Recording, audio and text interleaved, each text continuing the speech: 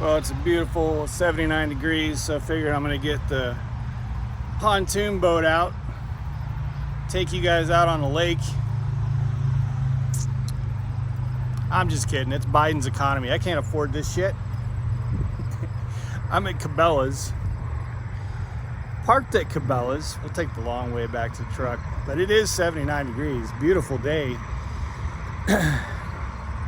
And I'm spending way too much time in the truck because of probably the worst load situation that I've faced in at least a few years. Probably definitely the weirdest load situation I've faced since I've been driving a truck.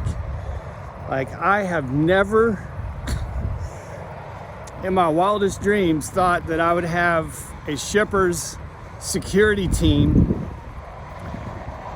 scrubbing through 24 hours worth of security footage to find out if I was telling the truth. And that happened because everybody's pointing fingers at everybody about what happened with this load, and really the only one who's paying the price is me, and no one else. The other two parties, which would be the carrier prime and the shipper, which is a protein company. I never say customer names. Believe me, I want to in this video badly, but they are our customers. Look at this, man. Who throws an entire pizza? Well, not an entire pizza, but I guess they didn't like the pizza. Just threw it out right on the parking lot here. So yeah, I had spent 30 hours at a meat plant and had them kind of imply that they thought I was lying to them about this load and all kinds of weird stuff. So that's what we're going to talk about when I get back to the truck.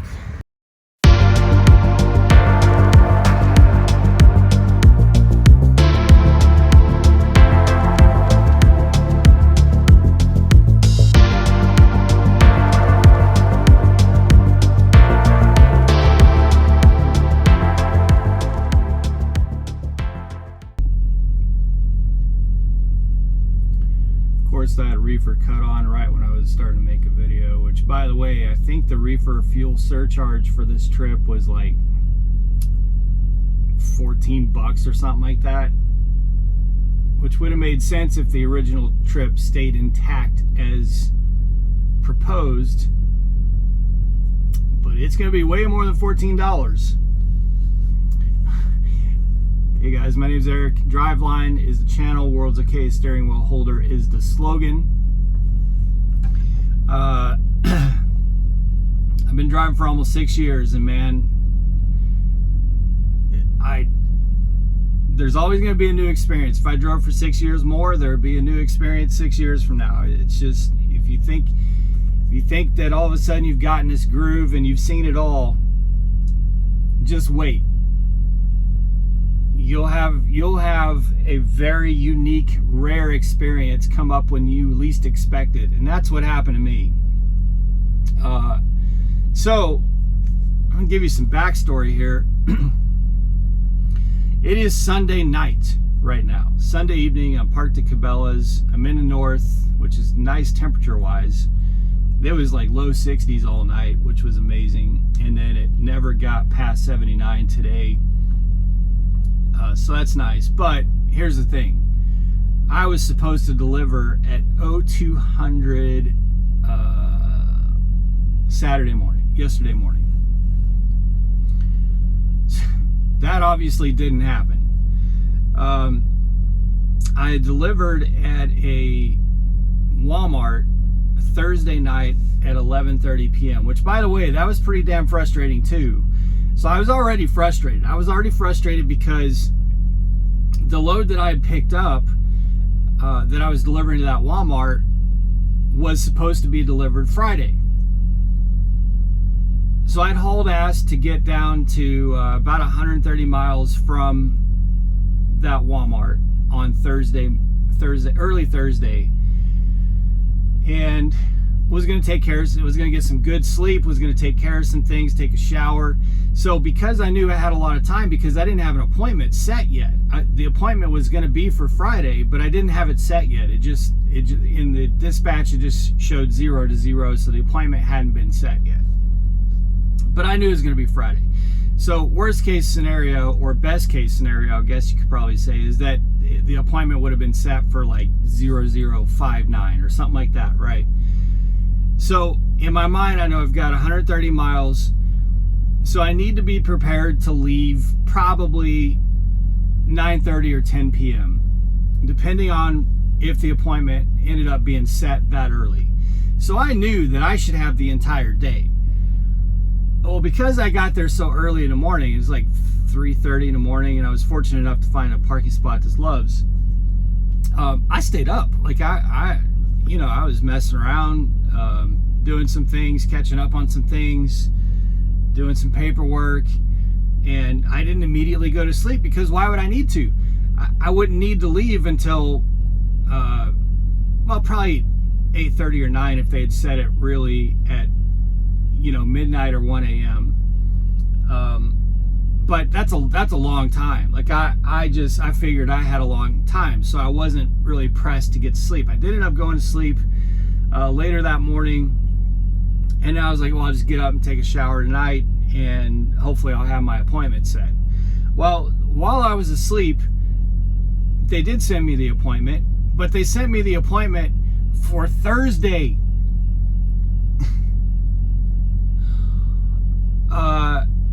That's not what I agreed to. Like, I don't know how you can just arbitrarily, without any conversation or, hey, what's your day looking like? None of that. Just change the appointment date to a day earlier. I mean, there's a lot of scenarios where I like that to be the case. I want that to be the case, but I'd like to get a little heads up. Not, hey, driver, while you're in the sleeper, we're going to move your appointment to today. That's what happened. Finally, that reefer went off, so you guys are going to hear less hum. But that's what happened. Now, fortunately, they did turn it into a drop and hook instead of a live load, so it just had to be dropped and hooked by midnight. Fine, not really a big deal. But I had to. So I wanted to make sure I was there by 11 or 11:30. So by the time I got up, I didn't have time to take a shower and all that. And after doing some research, a lot of this was 2-lane roads, and there were some severe storms coming through. This is in northern Missouri, Moberly, Missouri, on Thursday night. So anybody who is running through Illinois or Missouri, the storms that were coming through Thursday night. So I wanted to give myself more time. So I was like, okay, this is kind of messed up, but whatever, it is what it is.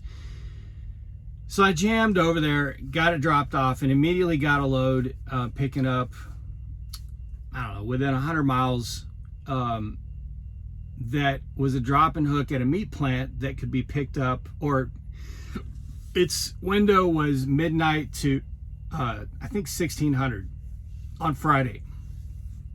Well, that was perfect for me because this place had a washout, and there was no open washouts anywhere near me. So because this shipper had a washout on site, I could drop the trailer and then I could park, because keep in mind, this is after this is about 12:15 in the morning by the time I'm ready to bolt and leave and go do the next thing. So parking would have been a concern if I had to park somewhere with a trailer at that time of night. So this all worked out great. So I bust butt over to the shipper. I'm like, there's lightning in every direction, empty trailer. I'm trying to avoid all this. Pull over, look at weather radar probably every 15-20 miles. There for a while I had to do that because it was like right in front of me. And so I finally get to the shipper and get washout, get the trailer dropped. Good, we're all good. Load's not ready. Fine, I'm way early. I'm within the window, but I don't ever expect it to be ready. If it's ready, it's a bonus, but I really expect it to be ready at the end of the window. So I go park, mess around for a little while, watch a show or two, which are obviously terrible because all entertainment's terrible these days. And then, except for Hard Knocks, Chicago Bears. but we only get one episode of that a week. So about 3 o'clock in the afternoon, I get up, and with this shipper, for whatever reason, they won't take your phone number. I don't know why that is. Like you can offer your phone number, they won't write it down. They won't take it. Their system is the security guard is supposed to walk out to your truck, which the bobtail parking is pretty close to the security guard. They're supposed to walk out to your truck and tell you when your load is ready. Well, at 3 o'clock, I'm not waiting. Like I want an update, is the load ready or not? Because a lot of times it's ready and they just don't come and tell you. It wasn't ready. Okay, fine. So about 3, 4. Oh, but he also said it should be ready anytime, because I'm like, it's supposed to, because I got to deliver this at 2 in the morning, and it's 445 miles away. So I don't have a lot of wiggle room here. This is going to a grocery receiver, and it's got to be delivered at 0200. So there's not a lot of wiggle room. I mean, it can be ready maybe an hour after the DDT, and I could make it work. But if we start pushing anything beyond that, it's going to become a problem. So about 4:45 or 3:45, I make a nice big cup of coffee, good strong coffee, getting ready for this all-nighter. Not all-nighter, but all-nighter by the time I'm done with the receiver. And then I go check in at 4 o'clock at my DDT. Not ready. Should be ready anytime. Okay. 4:50. So we're getting close to an hour after, and now I'm starting to think, okay, I got to get fuel. I'm going to maybe have to take a 30. We'll see. I would like to have been at this grocery receiver an hour early, because in the reviews it's all talking about long lines to get into the guard shack and all that stuff, but that's starting to look unlikely. So now I'm starting to get like, all right, this is becoming a problem. I messaged it. I go into the security office. No, it's not ready. Should be ready soon. So I messaged dispatch. Hey, it doesn't look like this is going to work. And the response from dispatch is, let us know when it's past the DDT. I'm like, bro, it's past the DDT. Like that ship sailed. So we're now getting into, we're going to have to change the appointment territory. All right. Not uncommon, is what it is. Then 1 hour passes, then another hour passes. I go in and check again. Don't know, it's not ready. Okay. Finally, I think around, I want to say 9:30 p.m. I could be off on that, but I think it's about 9:30 p.m. I see the dude has to walk all the way up to the building. Like, he doesn't have a golf cart or anything. He has to walk all the way up to the building probably once an hour to get the bills that they're done with. And then he walks back to the security guard shack with a stack of paperwork and seals and all that stuff. So I see him walking, and I get out of the truck and say, hey man, you got the bills for that one ending in, I think it was 7121, were the last 4 of my pickup number, because they always ask for the last 4. And I know that number because I said it like 30 times within the 30 hours that I was there. So he looks, he's like, oh yeah, I got you here. Here's your trailer number. Because they don't give you your bills until you leave. They only give you the trailer number. So he gives me a trailer number. Great. I'm way late. There's no way possible I'm going to make this appointment, but at least the load's ready. I'll figure it out. I'll run it all night, and we'll figure it out on the way. At least the load's ready and I can go. So I go hook up to this trailer. I run a pre-trip on the reefer. I, go check everything in the back of the trailer, make sure all the lights are working, tires are in good condition. There's no serious damage, no air leaks, nothing like that. Everything's good. Pre-trip finishes on the reefer. It passes. Good. We're good to go there. Temperature is good. So I pull out and go drive over to the guard shack, park at the guard shack. Now there's only one way in or out. So you enter the same way that you enter through the same small fence that you exit in. So I didn't block that because there's a yard dog that's going in and out, and other trucks are coming in too. So I kind of park off the side, and a dude gets out and he's like, could you have gotten a little closer? And I'm thinking, man, first of all, I'm trying to be like polite here. Like clearly there's some traffic jams building, but if you want me to pull over by a shack, I'll do that. I was just trying to kind of sit a little bit out of the way. It's like, well, I got to walk to the back of the trailer. Oh my God, bro, you got to walk to the back of the trailer? Shit, man. Whatever. So finally he's like, nah, just leave it sitting there. So he goes around to the back of the trailer with me, and he opens the back trailer door. I get, let me see if I want to put a load lock in there. No, I don't, because the pallets are all the way to the back door, which they're not supposed to be, but whatever. They're all the way to the back door. Like, that load's not going anywhere. So then he closes the door real quick and puts the metal seal on there. And as soon as he steps away and I go to put my lock on the door, I'm like, hey bro, we got a little bit of a problem here. What's that? Now this is one of those metal cable seals. He didn't latch the door, like the top or the bottom. It's got these little hook latches that go around that pull the door to be sealed. Both of those latches were on the outside. All he did was push the door to the trailer and then put the seal in. He didn't like do the handle and latch it in. He's like, well, that should be fine. I'm like, bro, put your hand down there. Like, there's air, cold air flowing out all around the door. Like, that's not gonna work, dude. That is not gonna work. I can't show up at this receiver with just blowing cold air out on the, like, there's gonna be temperature problems, right? So he feels down there, he's like, okay, yeah, this is gonna be a problem. I've got, I'm gonna have to go get paperwork and all that, new paperwork done. I'm gonna have to get a new seal. We're gonna have to, okay. Go ahead and pull through the gate and park to the left, and so that the back of the trailer is kind of up against the security guard shack, and I'm gonna have to go back up to the office and get new paperwork. Okay, fine. So I pull out, there's a reefer coming on again. Pull out, move over to the left, and he says, you have bolt cutters? Yeah, I got bolt cutters. Go ahead and cut that seal, and I'll come out with a new seal. So I go get my bolt cutters while he's going up to the facility and cut the seal. It's already good to go. When he comes back out, and I've got the door properly latched so that he doesn't do it again, and then he comes back out and puts the new seal on, has me initial, sign paperwork and all that, hands me the paperwork. So I'm outside the guard shack, okay, parked there.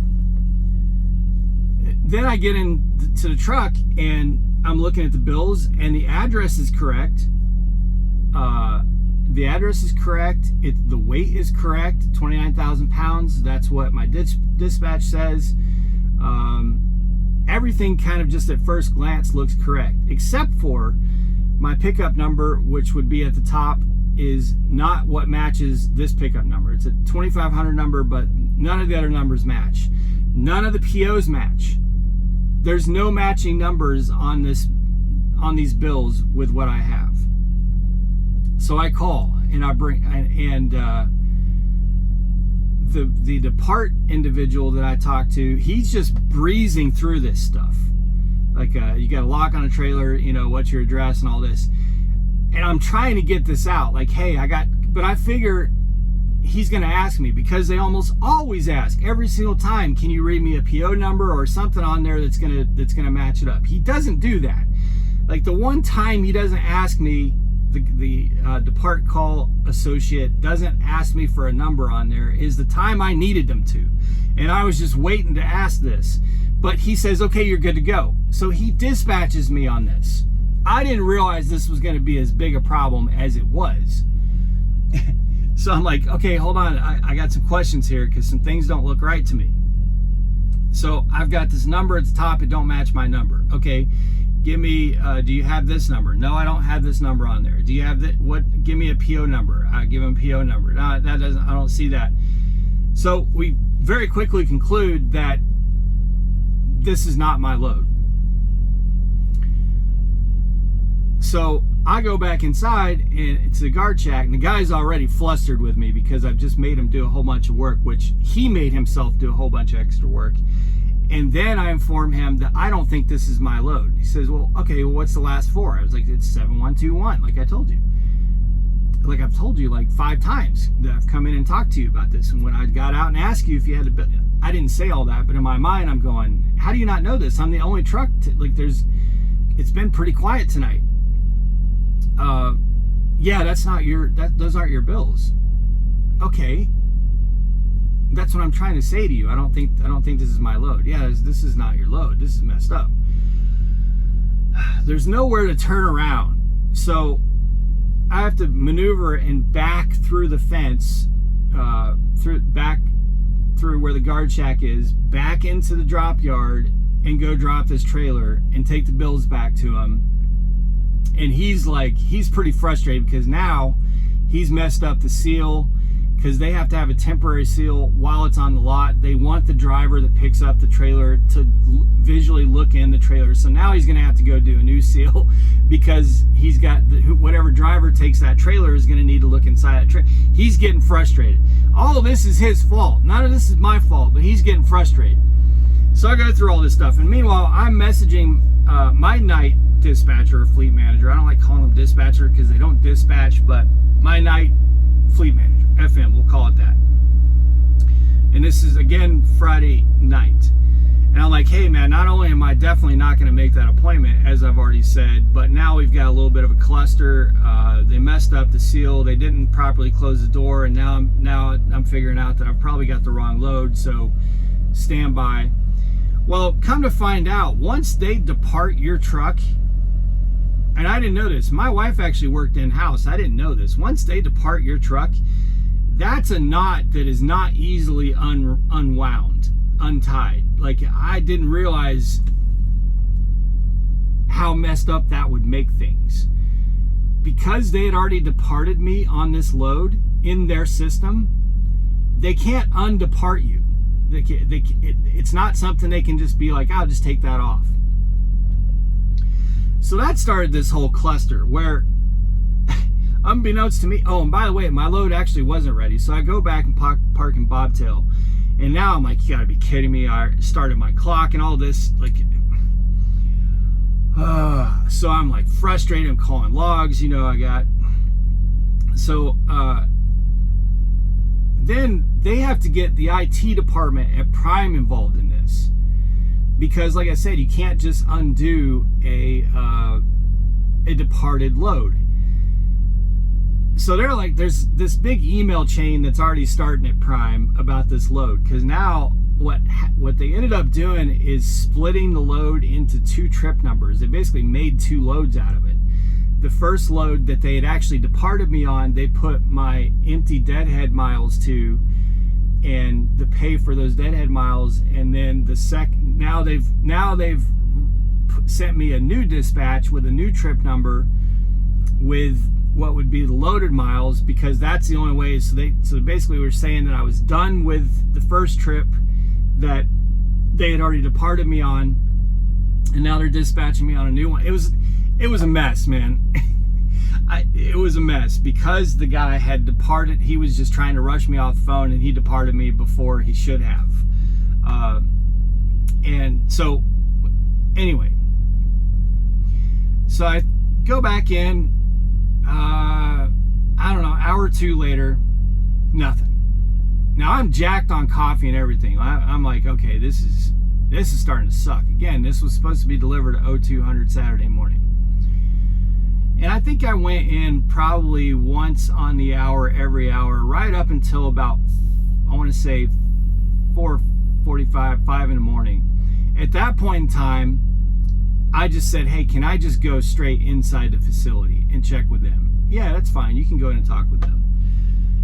So I went inside the facility, and I talked with a lady in the office, and she said, and I gave her the last 4, and I'm like, hey, I'm just trying to figure out, where are we at on this? Should I try to go to sleep? I don't know what to do because nobody's communicating anything to me. She says, oh yeah, that load's at the dock right now. It's being loaded. Okay. And she says it should be done soon. So I go outside, and there's a 181 trailer that's at one of the docks, Prime trailer. So I assume that's my trailer. So at that point, I'm just kind of watching, waiting for a little bit. And then finally, that trailer comes out. So I go ask, hey, that trailer just left the dock. Is that this load? No, that's not your load. Now, wait a minute. That was the only Prime trailer that was at a dock. And you told me that my trailer was at a dock being loaded. Now you're telling me that's not my trailer, 181. No, it's not your trailer. It's a different load. Yours is going to a dock soon. Oh my God. Okay, at this point, I'm just going to try to get some sleep. So I go to sleep. And it's about 8 in the morning. This is yesterday morning. 8 in the morning. I get a message from Prime. What's going on with that load? I don't know. Let me get out of bed and see if I can figure it out. I think there's a new shift arriving. You know, last I went in, it wasn't at the dock. It wasn't being loaded. None of that. So I get up and get dressed, start getting dressed, and then for the first time for this entire extravaganza so far, for the first time, a security guard comes up to my truck. Not once did a security guard ever before then come up and communicate anything to me, even though I'd offered my phone number on multiple occasions, and they say, no, we're not going to call you. We come to your truck. Never did. Never once came and said anything to me. Not your load is not going to be ready on time. Not your load is nothing. I had to go in all night and check on this shit. So he comes out, and this is a different dude. This is a day shift dude. He's just now getting there and getting started. And he is like, he's hot, man. He's red hot. He's like, hey, what's going on with this? What? We've got your bills. We have your bills. I'm like, dude, how am I supposed to know that? Like, you're the first one telling me this. I went into the actual building office, not the guard shack, the building office this morning at, I think the last time I went in was like 5:45 or something like that, and was told that it was going to be taken to a dock and loaded. He said, yeah, they probably brought the bills out and put them in the security office when we were going through shift change, but now your company is lighting up our company, and the day shift manager who's in is pissed, and everybody's trying to blame everybody. The day shift manager is blaming Prime, and Prime's blaming the customer, and we're just trying to understand why you're still here and why you haven't. I'm like, bro, are you serious? Like, this guy was trying to put this on me. So he says, well, here's the trailer number, and before you drive up to the guard shack, go hook up to the trailer number and come in, and we need to talk to you. Like, and again, he's red hot. So I go hook up to the trailer, and the drop yard is right next to the guard shack, so it's not a long walk. And I walk over there, and guess what? They had been sitting there scrubbing through all night worth of security footage, because Prime was communicating to them everything that I had communicated to Prime. And I told Prime about all this. I told Prime that I had been going, checking in like on the hour, every hour. I told them about they didn't close the door and had to change the lock. I told them they gave me the wrong load, and that I actually left out of the guard shack. This day shift crew did not believe a word of that. Not one word. They, in their minds, in this guy, and he told me flat out, he's like, I'm gonna be honest with you, like, we assumed these bills had been here all night and that you were just trying to rack up detention or something like that. And I'm like, first of all, dude, detention ain't worth it, man. I don't know what you think we get paid in detention in contract freight, like with a carrier like ours, but dude, me sitting here trying to defraud you of detention is ridiculous. The best outcome for me would have been to get to the receiver at 0100, hopefully be unloaded by 0300, 0400 Saturday morning, and been on to another load. Like, but second of all, what are you talking about, dude? So he's like, but you're right. I had to tell the day shift manager, like, I can see on the screen, he's got the truck going, to the gate, then going out in front of the gate, then backing back through the gate, then me going to the guard shack, getting back in my tractor, me going to the guard shack, getting back to my tractor, me walking up to the shipping office, and then walking back to my truck. And not once the entire night did a security guard come to my truck. Not once. So I'm just sitting here like, you know how weird it is when you're in a security office and the dude's telling you that they were trying to catch you lying? Pretty damn insulting. Pretty insulting. If I'm being totally honest with you, I was turning red. I was like, dude, I got in the truck and immediately called my wife. I'm like, you will not believe what just happened. They actually went and pulled security footage because they thought they were going to tell Prime to go pound sand. They thought they were going to tell Prime that I was full of shit and that none of what I said happened. What I think happened is that the night shift just basically screwed up this load really bad and then just tried to slide the bills into the security office before shift change and pretend like it never happened. And just like, here's the load's done, the bills are there for the next, you know, like it's not our problem. That's what I think happened. And then they all left. Night shift all left. The bills are there. The load's done. It's ready. And no one bothered to come and tell me, which by that time it would have still been a problem anyway. But I could not believe this, dude. So I finally get this load, and now we're into Saturday, and guess what? The receiver has no schedulers on the weekend. But we didn't know that yesterday. So basically yesterday I was told, get as far as you can. And by the way, and I was like, look, I need to know, is there like a real opportunity of there being an appointment at the other end this evening on a Saturday evening? Because I've only slept like a couple hours since 3 p.m. yet the day before, okay? Like sometimes there's this weird expectation that if you sit there at a receiver for 30 hours that you've been sleeping for 30 hours. It doesn't work that way. The night before, the day before, which would have been Friday, I actually did get some of the best sleep that I've had in a long time. I actually slept almost 10 hours. But I got up at 3 p.m. and you can't sleep almost 10 hours, be told your load's not ready, and then go to sleep for 10 hours again.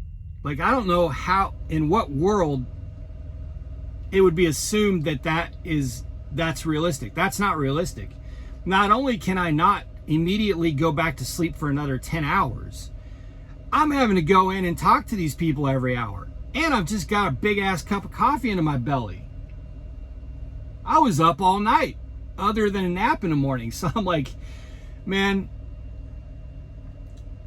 if y'all, and by the way, this goes back to a video I did a month or two ago when I was talking about the person who told me that the DOT clock guarantees that truck drivers don't drive tired. Now, I didn't drive tired yesterday. I was totally fine, especially with being in the daytime. Like, I was totally fine.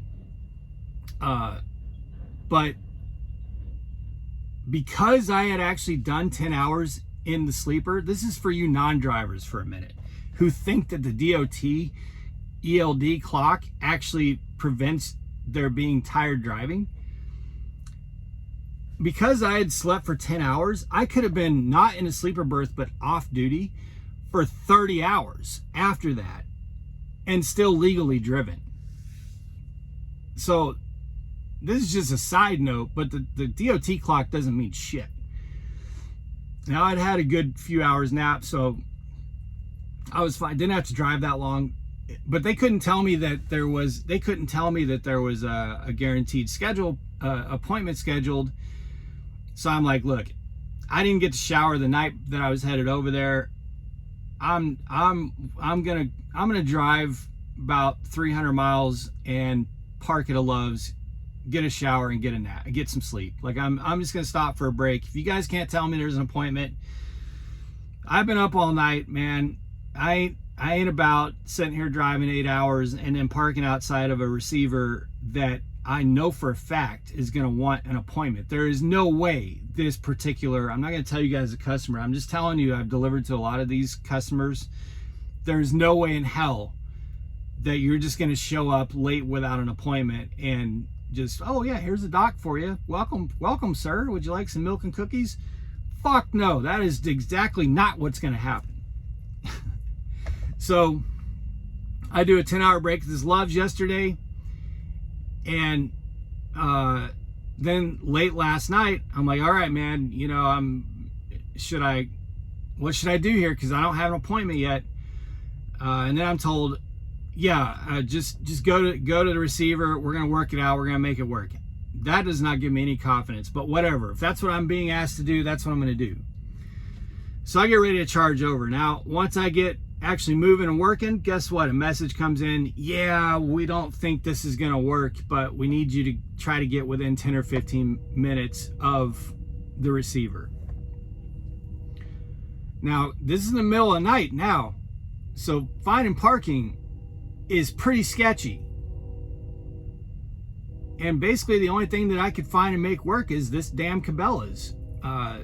With, you know, there's no, like I was able to go inside to use the restroom today. That was helpful, but there's no showers. There's no, you know. So I get over here to Cabela's, and then today is Sunday. This morning, I got in here this morning at, I want to say like 1 a.m. probably. Yeah, probably about 1 a.m. And fortunately, there was a spot to park here at Cabela's, because up at the exit where I'm delivering, I know for a fact there would be nowhere to park up there. So I stop here, and then nothing. Radio silence. No appointment. No nothing. And here we are in the evening, Sunday evening, and I finally get a message that says appointment changed to tomorrow, Monday, but there's still no appointment. It's just 0 to 0. It just says tomorrow. So there's no scheduler. So there's nobody knows anything. Nobody knows when I'm actually going to be able to deliver this load.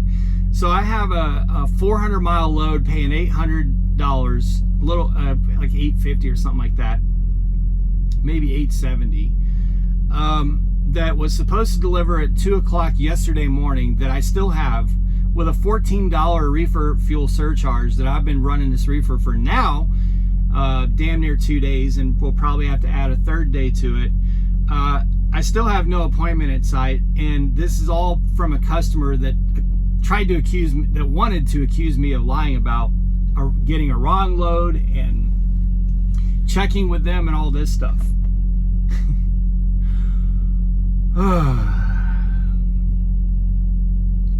Refrigerated freight, man, I swear. So now I'm absolutely going to go to war for transit delay and all kinds of stuff, because they are out of their damn minds if they think that I'm going to sit on a load for 3 days, an $870 load, 400-mile load for 3 days, paying for reefer fuel the full 3 days without some kind of financial consequences on somebody, because the only person that's held up to their end of the bargain is me.